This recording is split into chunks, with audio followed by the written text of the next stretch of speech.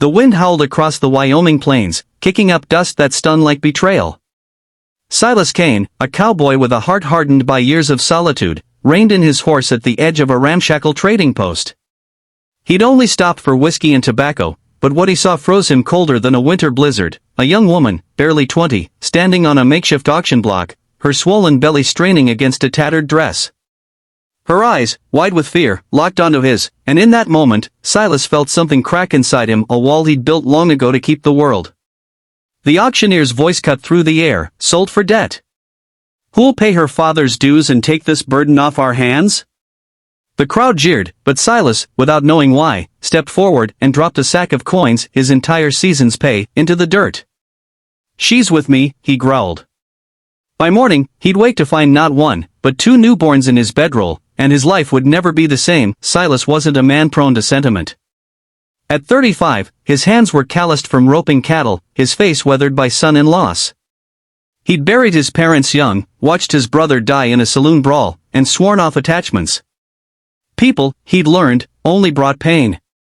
But as he led the girl Clara, she said her name was, away from the jeering crowd, he couldn't shake the weight of her silence.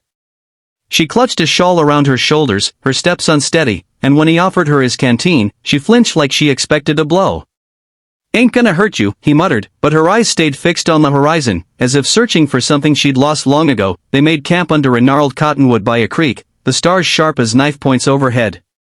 Silas built a fire, more for her than himself, and tossed her his spare blanket. "You eat today?" he asked gruffly. Clara shook her head, her hands trembling as she hugged her belly. He handed her a strip of jerky and a biscuit from his saddlebag, watching as she ate like a starved animal. "Who did this to you?" he asked, nodding toward her pregnancy. Her voice was barely a whisper. "My pa. He owed money to a gambler. When he couldn't pay, they took me instead." Silas's jaw tightened. He'd seen cruelty in his time, rustlers, bandits, men who'd kill for $1, but this was a different kind of evil. "And the child?" he pressed. Clara's eyes filled with tears. "I don't know whose it is. They didn't care." Silas lay awake that night, his bedroll spread a respectful distance from hers, listening to the creek's murmur and her soft, ragged breaths. He told himself he'd take her to the next town, find a preacher or a widow to take her in. He wasn't built for this, saving people, playing hero.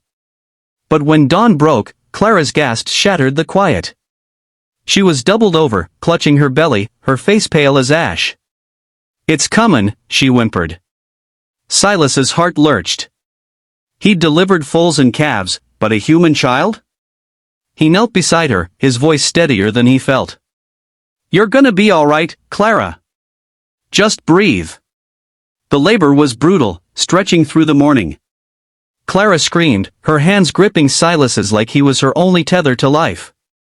He tore strips from his own shirt for cloths, boiled water over the fire, and prayed to a God he hadn't spoken to in years.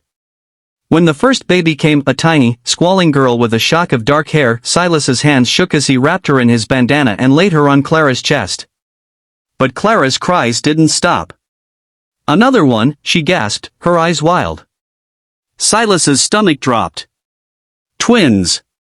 He worked faster, fear clawing at him, and soon a second girl, smaller but fiercer, joined her sister. Clara collapsed, sobbing with relief, while Silas stared at the two newborns, his chest tight with something he couldn't name. The next days were a blur of survival. Clara was weak, barely able to sit up, and the babies needed constant care. Silas rigged a sling from his saddle blanket to carry them against his chest while he hunted rabbits and gathered firewood. He traded his last silver dollar at a homestead for goat's milk, learning to drip it into the babies' mouths with a cloth. Clara watched him, her eyes softening with every small act. "Why re you doin' this?" she asked one night, her voice raw. "You don't owe me nothin'. Silas poked at the fire, avoiding her gaze. "Maybe I owe myself something. Been running from people my whole life. Figure it's time I stopped." But trouble wasn't done with them. A week later, hoofbeats thundered into their camp at dusk. 3 men, hard-eyed and reeking of whiskey, drew rein. The leader, a gambler with a scar splitting his lip, sneered at Clara. "That's my property," he said, pointing at her. And them brats, too. Silas stood, his hand resting on the colt at his hip. She ain't yours. Walk away. The gambler laughed, but his eyes were cold. You think you can play knight, cowboy? I'll gut you and take what's mine. Silas's voice was low, deadly. Try it. The fight was quick and brutal. Silas took a knife slash to his arm but dropped the gambler with a bullet through the shoulder. The other two fled, dragging their leader with them. Clara trembled, clutching the babies, but Silas knelt beside her, blood dripping into the dirt. They won't come back, he promised, though he wasn't sure. That night, Clara named the girls, Rose for the stronger one, Lily for the smaller. After flowers, she said softly. Something beautiful, no matter where they grow. Weeks turned to months. Silas built a lean-to by the creek, planning to winter there until Clara was strong enough to travel. She began to smile, her laughter like sunlight breaking through clouds. The babies grew, their tiny hands grasping Silas's fingers, and he found himself singing old cowboy songs to soothe them. Clara taught him to braid Rose's fine hair, and he carved a rattle from a deer antler for Lily. One evening, as they sat by the fire, Clara touched his hand. You're a good man, Silas Kane, she said. He shook his head. Just a man trying to do right. Spring brought new challenges.